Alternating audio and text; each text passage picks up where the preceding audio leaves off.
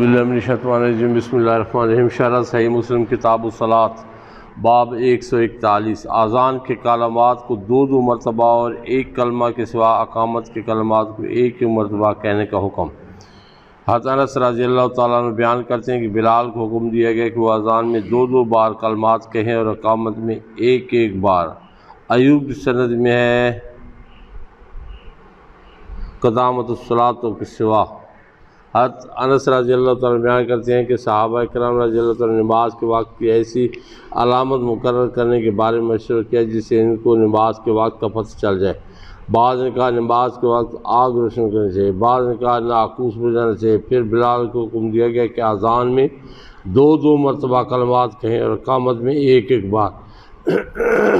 امام مسلم فرماتے ہیں ایک اور سند کے ساتھ بھی یہ روایت اس طرح منقول ہے۔ حضرت انس رضی اللہ تعالیٰ بیان کرتے ہیں کہ بلال کو کلمات اذان دو مرتبہ اور کلمات اقامت ایک بار کہنے کا حکم ہوا۔ کلمات اقامت کی تعداد میں مذاہب اربع۔ حدیث نمبر 742 میں اذان میں کلمات اذان دو بار کہیں اور اقامت میں اقامت ایک بار۔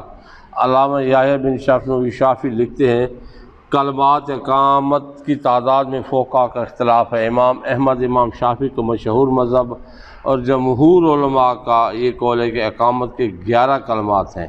اللہ اکبر، اللہ اکبر، اشہد ان لا الہ الا اللہ، اشہد ان لا الہ الا اللہ، اشہد ان محمد رسول اللہ، حی علی الصلاۃ، حی علی الصلاۃ، حی علی الفلاح، حی علی الفلاح، قد قامت الصلاۃ، قد قامت الصلاۃ، اللہ اکبر، اللہ اکبر، لا الہ الا اللہ۔ امام مالک مشہور قول یہ کہ اقامت کے 10 کلمات ہیں، وہ قد قامت الصلاۃ کو 2 بار نہیں کہتے۔ یہ امام شافعی کا قدیم قول ہے اور ہمارے ایک شاذ قول یہ کہ اقامت کے 8 کلمات ہیں، اس میں کوئی کلمہ مقرر نہیں ہے۔ امام ابو حنیفہ کا مذہب یہ ہے کہ اقامت کے 17 کلمات ہیں، وہ اذان کی طرح ہر کلمات کا تکرار کرتے ہیں اور یہ مذہب شاذ ہے۔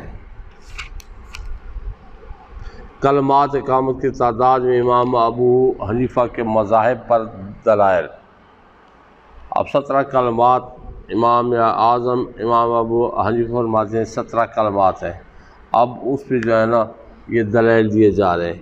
ان احادیث کے پیش نظر امام مالک اور امام شافعی اور امام احمد بن حنبل کا مذہب یہ ہے کہ اذان میں کلمات دو مرتبہ کہے جائیں اور اقامت میں قد قامت الصلاۃ کے سوا سب کلمات ایک مرتبہ کہے جائیں۔ اس کے برعکس امام اعظم حضرت ابو حنیفہ رحمہ اللہ کا مسلک یہ ہے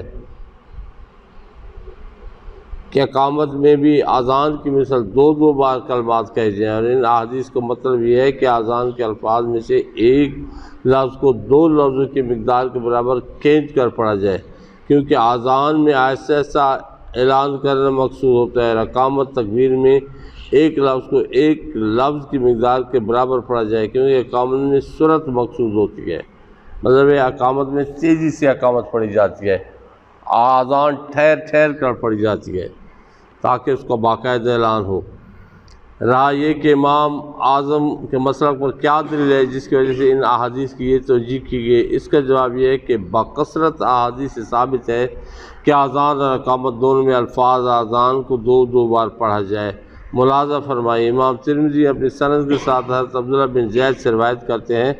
حضرت عبداللہ بن زید رضی اللہ عنہ بیان کرتے ہیں کہ رسول اللہ صلی اللہ علیہ وسلم کے عہد مبارک میں اذان اور اقامت دونوں میں کلمات اذان اور کلمات اقامت دو بار پڑھے جاتے تھے۔ واضح ہے کہ حضرت عبداللہ بن زید رضی اللہ تعالیٰ وہ صحابی ہیں جنہوں نے خواب میں فرشتہ کو اذان اور اقامت کہتے سنا۔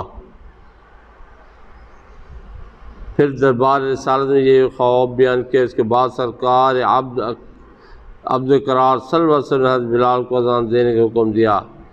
نیز امام ترمذی نے اپنی جامع میں اور امام ابو داؤد نے اپنی سنن میں متعدد اسانید کے ساتھ حضرت ابو محذورہ رضی اللہ تعالیٰ سے روایت کیا ہے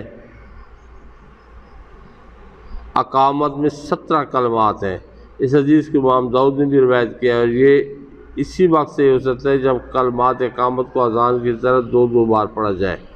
اس کے علاوہ امام ابو داؤد اپنی سند کے ساتھ ابن ابی لیلہ سے روایت کرتے ہیں کہ جب رسول اللہ صلی اللہ علیہ وسلم مسلمانوں کو نماز کے لیے مقررہ وقت پر جمع کرنے کے طریقے پر غور کر رہے تھے تو اس وقت آپ کی خدمت میں ایک انصاری صحابی ہے اور اس کے یا رسول اللہ صلی اللہ علیہ وسلم جب میں آپ کو طریق کا وقت مقرر کرنے کے بارے میں متفکر دیکھ کر گھر گیا تو اس کے بعد میں نے خواب میں ایک شخص کو دیکھا جس نے 2 سبز کپڑے پہنے ہوئے تھے۔ وہ شخص مسجد میں کھڑا ہوا تھا، اس نے اذان دی، پھر وہ تھوڑی دیر بیٹھا، پھر اس نے اذان کی مثل کلمات کہے اور آخر میں قد قامت الصلاۃ بھی کہا۔ رسول اللہ صلی اللہ علیہ وسلم نے فرمایا تم نے اچھا خواب دیکھا، بلال کو یہ کلمات بتلا کر ان سے اذان دلواؤ۔ اس حدیث کو امام ابو داؤد نے ایک اور سند کے ساتھ بھی ابن ابی لیلہ سے روایت کیا اور ان دونوں حدیثوں میں اس بات کی تصریح ہے کہ اذان اور اقامت میں قد قامت الصلاۃ کے سوا کوئی فرق نہیں ہے۔ نیز اذان اور اقامت دونوں میں کلمات اذان کو 2 بار کہا جاتا ہے۔ امام ابو داؤد کے علاوہ اس حدیث کو ابن ابی لیلہ سے حافظ بیہقی نے بھی روایت کیا ہے، سنن کبریٰ جلد 1 صفحہ 391۔ حافظ ابن ابی شیبہ اپنی سند کے ساتھ روایت کرتے ہیں حضرت عبداللہ بن زید انصاری رضی اللہ تعالیٰ عنہ نبی کریم صلی اللہ علیہ وسلم کے سامنے اذان دیتے تھے اور اذان اور اقامت میں 2 بار کلمات کہتے تھے۔ نیز حافظ ابن ابی شیبہ اپنی سند کے ساتھ روایت کرتے ہیں حضرت بلال رضی اللہ تعالیٰ عنہ اذان اور اقامت میں 2 بار کلمات کہتے تھے، اور امام طحاوی اپنی سند کے ساتھ روایت کرتے ہیں حضرت بلال رضی اللہ تعالیٰ عنہ اذان اور اقامت میں 2 بار کلمات کہتے تھے۔ یہ حدیث مصنف عبدالرزاق اور سنن دارقطنی میں مذکور ہے۔ علامہ زرقانی امام ابن حبان کے حوالے سے ذکر کیا کہ رسول اللہ صلی اللہ علیہ وسلم نے فرمایا اذان اور اقامت کا ایک طریقہ ہے۔ امام ابو داؤد اور امام ابن ماجہ نے اپنے سند کے ساتھ حضرت ابو محذور رضی اللہ عنہ سے روایت کیا کہ رسول اللہ صلی اللہ علیہ وسلم نے ان کو اذان اور اقامت سکھلائی اور فرمایا کہ اقامت کی یہ 17 کلمات ہیں اللہ اکبر اللہ اکبر، اشہد ان لا الہ الا اللہ، اشہد ان لا الہ الا اللہ، اشہد ان محمد رسول اللہ، اشہد ان محمد رسول اللہ، حی علی الصلاۃ حی علی الصلاۃ حی علی الفلاح حی علی الفلاح، قد قامت الصلاۃ قد قامت الصلاۃ، اللہ اکبر لا الہ الا اللہ۔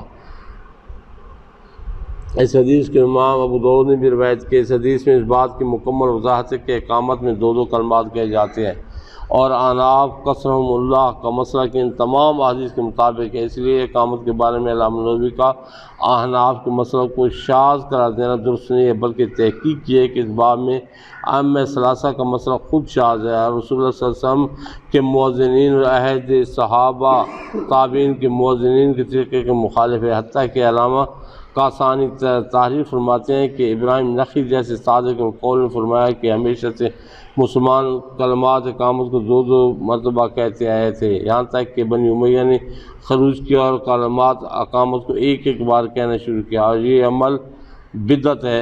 الحمدللہ ان تمام حوالوں سے احناف عہد اللہ کے مسئلہ کی حقانیت آفتاب نیم روز سے بھی زیادہ روشن ہو جائے گی۔ وما علینا الا البلاغ المبین۔ اللهم صل على سيدنا ومولانا محمد، اللهم صل على سيدنا ومولانا محمد وعلى